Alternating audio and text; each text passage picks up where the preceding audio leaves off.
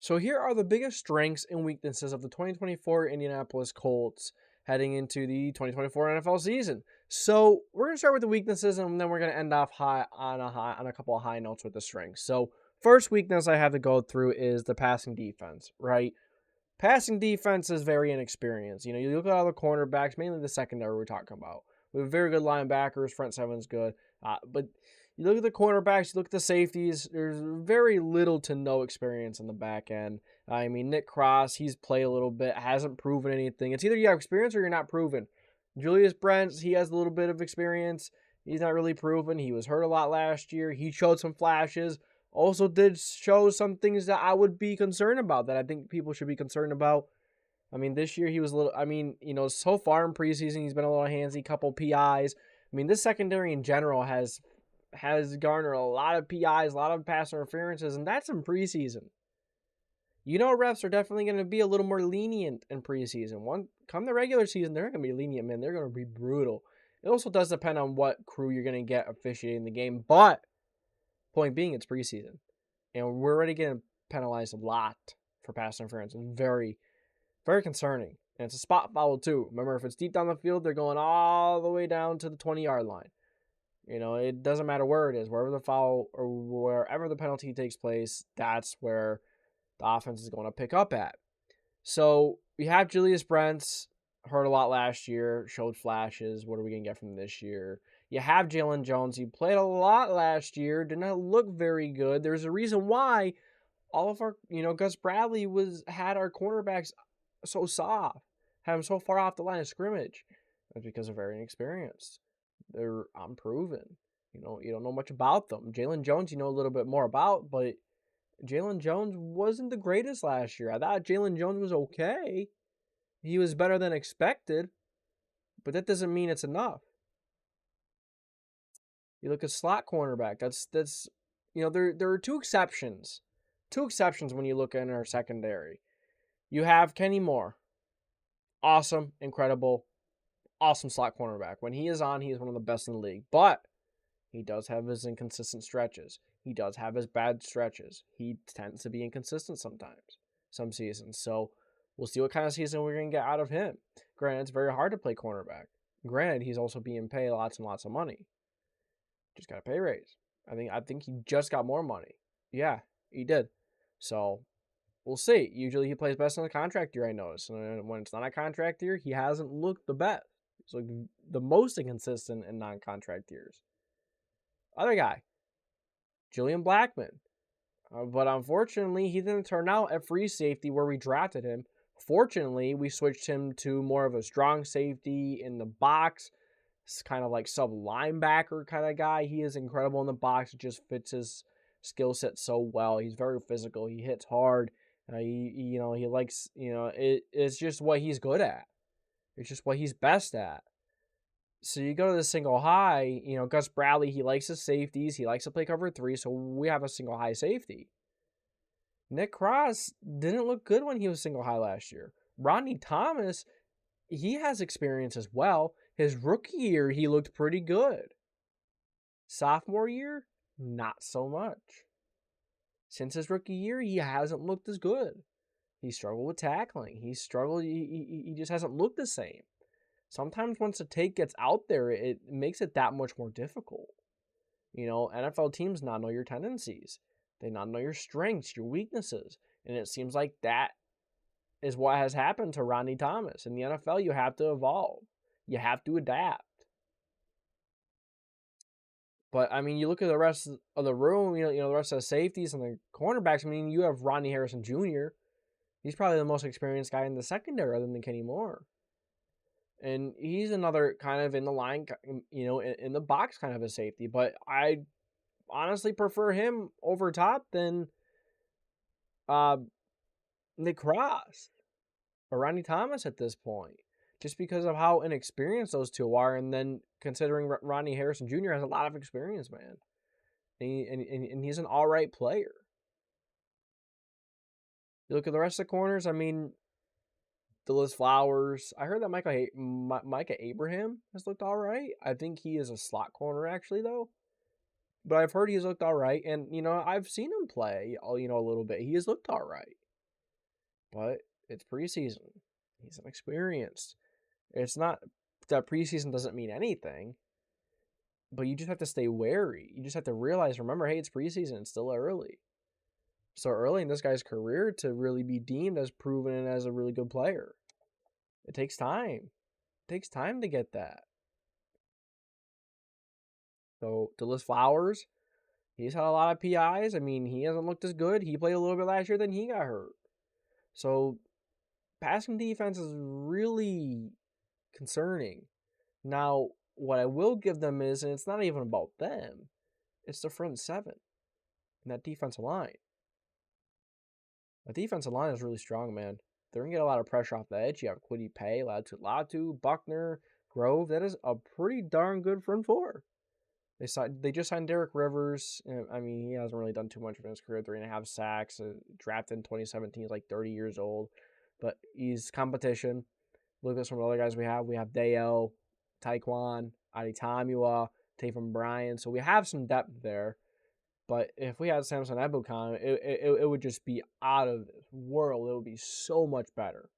With Samson Ebukam, we have one of the best defensive lines in the NFL. And I'd say we still have a top 10 even without him, depending on what we get from Latu. You know, are we going to get another jump from Kwity Paye? If we get another jump from Kwity Paye and Latu on the other side, we're about to have a really solid year. And you know, hopefully a guy like Buckner or Stu doesn't go down. If one of those guys, if another guy in the defensive line goes down, I'm going to be concerned. It doesn't matter who it is at this point. It doesn't matter if it's going to be Latu, Paye, Buckner, or Stu. Grover Stewart. If any of those guys go down on defense, I'm going to be worried. But point being is when you have a really good defense line, it's going to get pressure on the quarterback, which should help the cornerback room and let these guys fly around a little bit and let these guys actually play their game. But they're so inexperienced and so unproven. I'm not even too sure how much that's going to help, especially when you play a very experienced quarterback that knows how to work the pocket or someone that can get out of the pocket and create a little extra time, you know, or if you just play a really good offensive line and that another quarterback is half decent with a weapon or two. It's just there's too many things that go wrong when you can't cover anyone in the passing game. When you can't defend the pass or at the very least slow it down or stop a nosebleed. I don't think this Colts passing defense is going to be able to stop a nosebleed, especially if that defensive line can't get home. And it's a good thing we talked about the defensive line a little bit because that is one of our strengths. That is one of our strengths. And I know I said I was going to talk about strengths last, but we kind of already talked about them, so there's no point in coming back to it and talking about it for another however long. You know, we kind of just talked about it. The defensive line is pretty good, man. For the first time in a long time, we could go into an NFL season and feel confident about a defensive line. You know, it's nice. You know, knowing that we're going to get some pressure on the quarterback. Unfortunately, we don't really have anyone on the back end. We don't really have anyone to defend the pass a little bit. Even if we had one solid boundary corner and Jalen Jones or Brents was number 2, I mean that'd be okay. It wouldn't be as bad. But considering we have two guys that we can't rely on, two guys that aren't proven, have little to no experience, it makes it that much more scary. And the safety position, we talked about that. It's so scary. Our best safety is an in-the-box guy. Hopefully, if Nick Cross can make a jump, that'd be nice. Unfortunately, we did miss the opportunity to go and sign Justin Simmons, which could have helped Nick Cross and some of the younger guys big time. Unfortunately, that didn't happen. So, another weakness we have is our offensive tackle depth.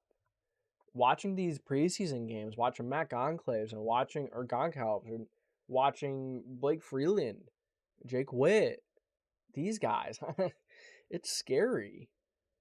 If one tackle goes down, I don't know if we have someone that can be serviceable. And don't forget, these guys are going up against second and third stringers as well, and they're looking really bad. So Blake Freeland, I believe he was one of them that was one of our rookies that was injured last year. So granted, it's his redshirt rookie year, you want to call it that. it's just the tackle depth is not good. I just don't know what else to say. It's going to be really difficult if Braden Smith or Brian Ryman goes down. And Smith has a history of injuries as well. He has a history of injuries, man. And if you have to put Blake Freeland or Goncalves in there, it's not going to be pretty if they don't just find a way or figure something out. It's going to be scary. It's going to be tough to watch. On top of that, you have a quarterback that takes a long time to throw. So he needs all the time he can get back there. He needs the best play out of his offensive line that he can possibly get. And if Brandon Smith goes down, you have Blake Freeland or Matt Goncalves, whatever the heck you say his name, Jake Witt. Not looking good. Not looking good to begin with. With Anthony Richardson just taking a long time to throw the ball, and that brings us to our third and last weakness, Anthony Richardson. He's just, don't get me wrong, man, great human being, but very little experience playing football beyond high school. Started 13 games, 12, 13 games in college, 2.5, 3 games in the NFL, and for some reason, Shane Steichen just decides not to play him against the Arizona Cardinals. Like, in your week 2 of preseason, I don't know if you're worried about him getting hurt or what. I actually just talked about this in another video. Like, why not start him? Why not give him a little bit of a chance to get a couple of snaps in there, even if it's one drive, even if it's 3 plays, 2 plays. I mean, anything. I would have liked to see him out there a whole quarter. I think he needs as much playing time as he can possibly get. He's so inexperienced. He needs some tape to reflect on. He needs to see the field a little bit. But I just don't know if Anthony Richardson has it in him. I think he's a weakness. Our passing offense is going to be a weakness because of him in a big way. Now look, I was going to say passing offense originally, but I don't want to discredit our pass blocking, our offensive line pass blocking, and I don't want to discredit the talented wide receivers we have. We have very talented wide receivers. We have a very talented offensive line. We have a very talented running back that can come out of the backfield and catch it, and Jonathan Taylor. But I don't know if Anthony Richardson can understand enough to get it to them when it matters most. Can he be accurate when it matters most? When it's a second and long, when it's a third and long, or even a fourth and short, or even a 4th and 5.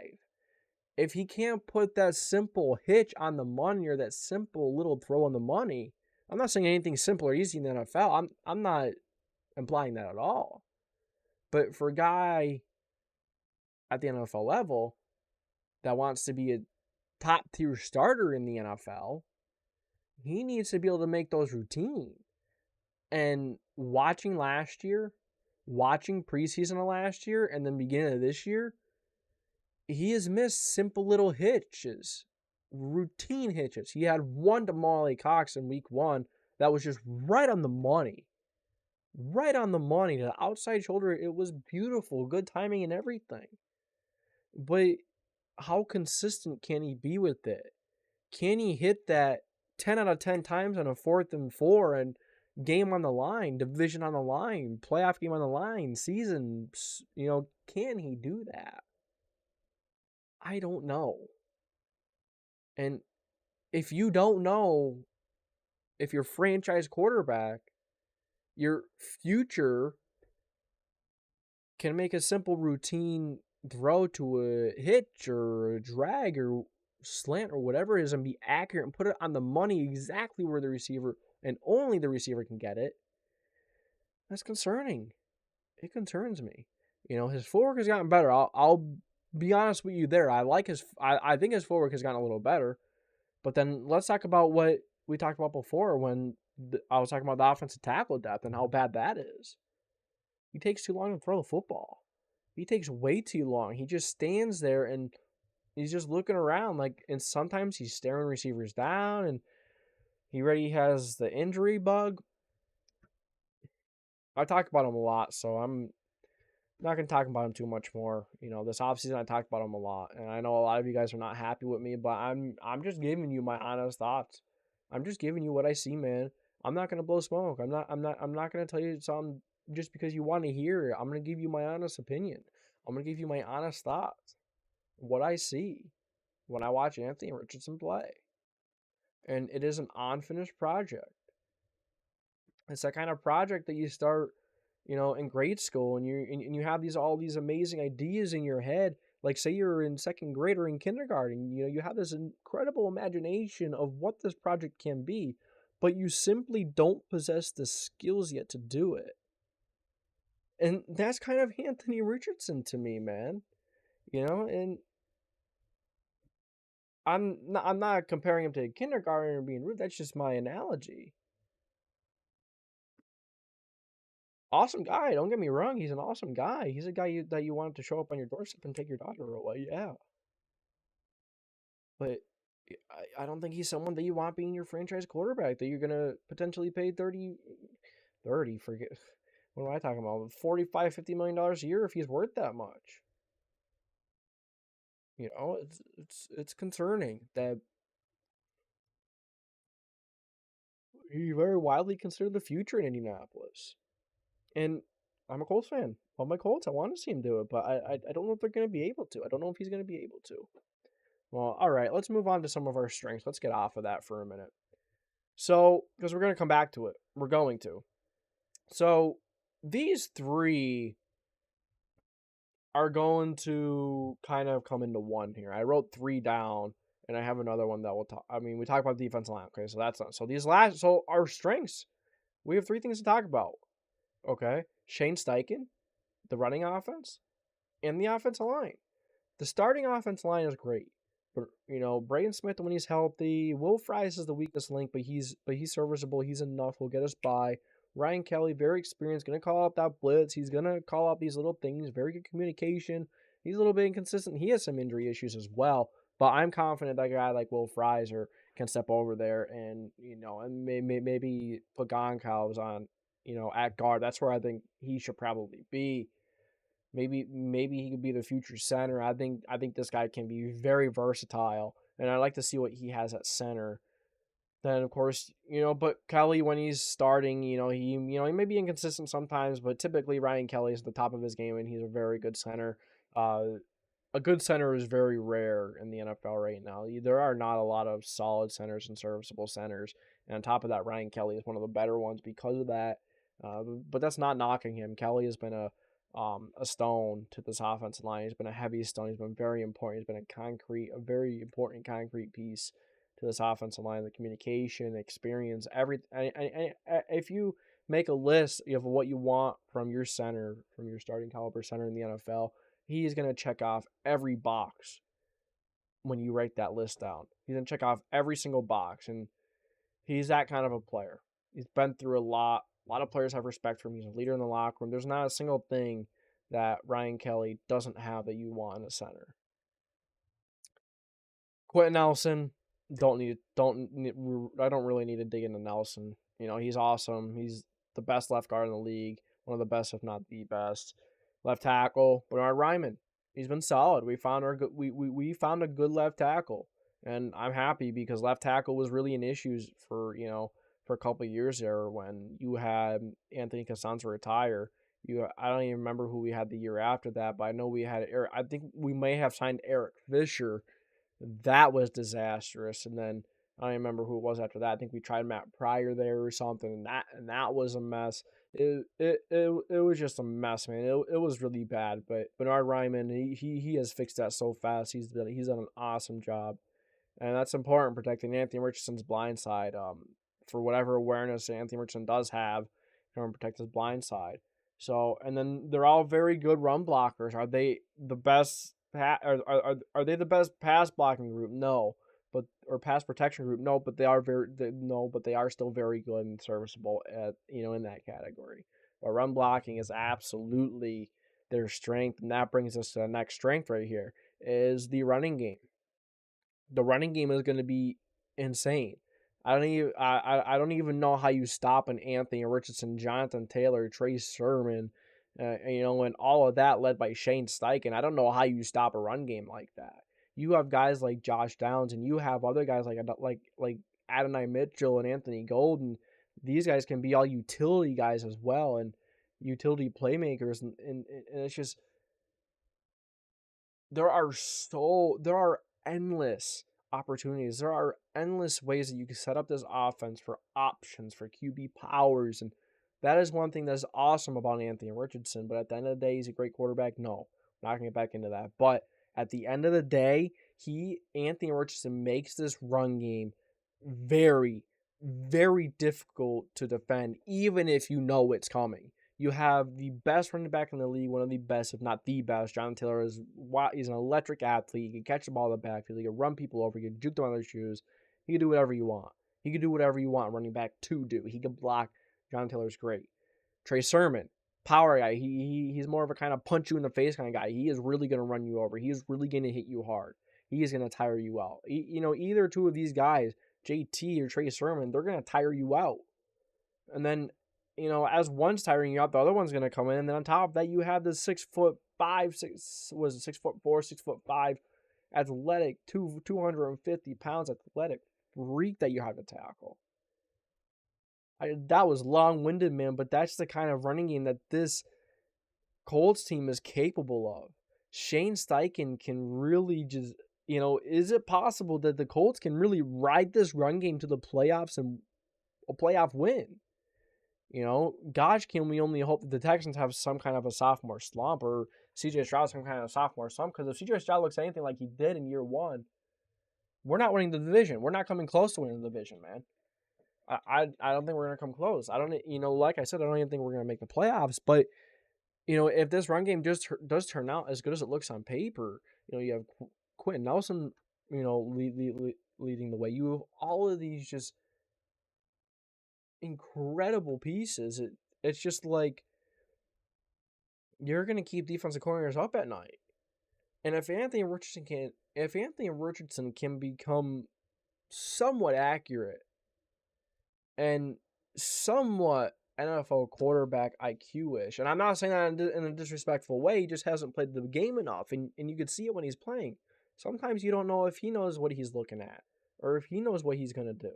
You know what I mean? Seemed like a couple times last year, he made a couple big plays, and they're just kind of like chalk it up. I hope, praying and hoping that it works out. Like that, like when Aaron Donald was smothering him. That was an incredible play. One of the best defensive players of all time, just smothering Anthony Richardson.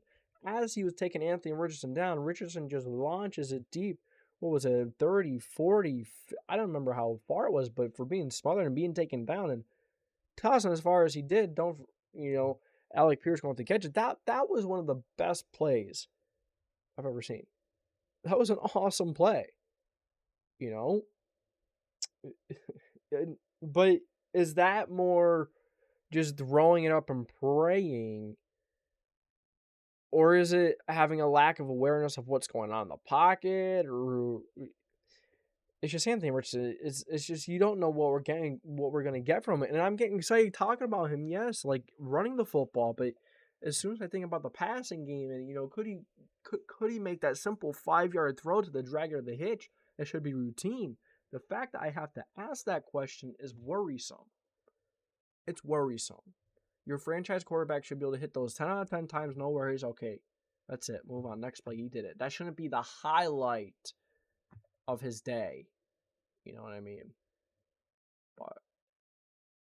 And on top of that, you had all that running ability, Jonathan Taylor, Trey Sermon, and, who's going to be the third running back? We know we're going to keep a third running back, and we have good tight ends, too. But I don't think the tight ends are a strength nor a weakness. Maybe Jelani Woods can turn our tight end room into a strength. Jelani Woods, I like Drew Ogletree, Kylan Granson, Will Mallory. We have a deep tight end room. We have a good tight end room. But I think we need that dominant guy like Jelani Woods, or, if we could have that dominant guy, add that guy to the mix. He's good at blocking. Molly Cox is good at blocking too, but I think he's the odd man out. He's kind of the older guy in the bunch, and he's kind of like the older man. That's it. And he's really good at blocking, but pass catching, he doesn't really have much there. So, just add that to the mix. And as I was getting out before the tight ends, Shane Steichen, the mastermind, he is going to find ways to do things that is just gonna be like, wow, man.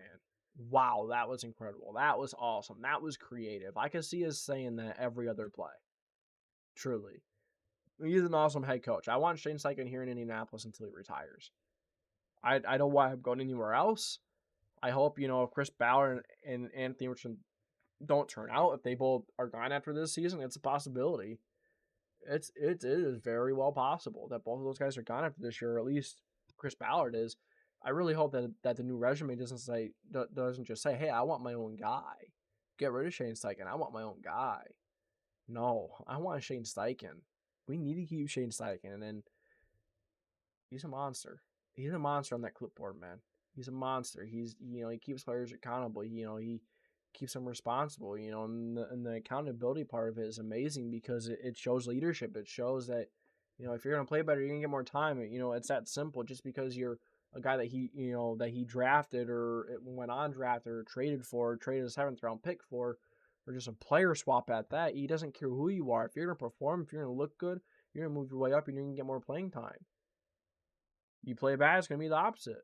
You're going to get cut right away. Remember Deion Jackson from Duke? We were excited about him. We thought Deion Jackson had a little juice in the tank.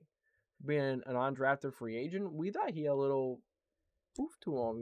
He had some good things to him, but fumbled the ball 2 times in like 2 weeks or 1 game. I don't remember what it was, and then he did it again. He fumbled again, or he did something stupid again, and he was caught. Boom, boom, boom, boom. That was it. And we love Isaiah McKenzie. Remember Isaiah McKenzie? And I think Tony Brown as well. I don't remember who that guy was, but they were suspended and they were let go. They didn't, Shane Steichen and Chris Ballard, they didn't re-sign them because it was, they did something against team conduct or something. Maybe it was late to practice. I don't know what it was, but whatever it was, Shane Steichen made sure he punished them for it. Shane Steichen made sure that he kept them accountable. He gave rid of them. He said, "You're out, man. It's not okay. It's not okay. We have a high standard around here." And that's good because Frank Reich would have never done that. Frank Reich would have kept, if a running back like Deion Jackson, if he fumbled 3 games in a row, Frank Reich would have kept trying him out there. So that's really it, because we already talked about the defensive line, talked about the pass defense, offensive tackle, talked about everything that I've written down here. So that's going to be it for this video. Pretty good video, almost a half an hour long, but that is all I got for today. So thank you for tuning in to the JDW Sports Talk Show, where every fan is welcome. Don't forget, we do have Hot Take Tuesday coming up September 3rd, the Tuesday before the 2024 NFL season begins. We will be giving away a jersey to the winner. The jersey will be, whoever wins, they're going to pick what jersey they want, who they want. It's not going to be a very expensive jersey. It's not going to be like one of those Elite Series jerseys. It's going to be, the regular jerseys, that's like $130. But still, hey, man, it's a jersey, right? So how do you enter that giveaway? So you're going to have to join remember, there's no purchases necessary for this giveaway. None. All you have to do is join that Discord server, participate in that Hot Take Tuesday episode. Even if your take doesn't cut it, if we have a lot of takes, as long as you participate and drop a hot take when I ask for it, that I'm going to ask for it on Mondays now. So when I ask you for that hot take on Monday for Hot Take Tuesday, and you give me that hot take, we're going to you are entered into the giveaway, and we're gonna do the little wheel spin. If it lands on you, you're out. You kind of the last person that's remaining wins. It's kind of like an elimination thing. So, and then second place, we're gonna do a Hot Take Tuesday T-shirt, or a regular shirt, or a regular JDW Sports Talk Show shirt. That will be up to you. You can choose. Third place, we'll see. We might do a gift card. It's going to be a big giveaway. I'm super excited. Or, to be automatically entered into the giveaway, you could become a member here on YouTube, but it is not needed. I do not expect you to become a member. I do not expect you to pay for that membership. But if you do, it is greatly appreciated. It's only going to go back to the channel, make the video better, which is going to make you guys enjoy the videos more. So, and give you guys better time. So, that's all I got for you guys today. Thank you for tuning in to the JDW Sports Talk Show. If you enjoyed this video, make sure to like, subscribe, put the post notification bell on, join that Discord so you can participate in Hot Take Tuesday, join that giveaway. And that's it. I appreciate you guys for stopping by. This is JDW Sports Talk Show. I'll catch you guys next time.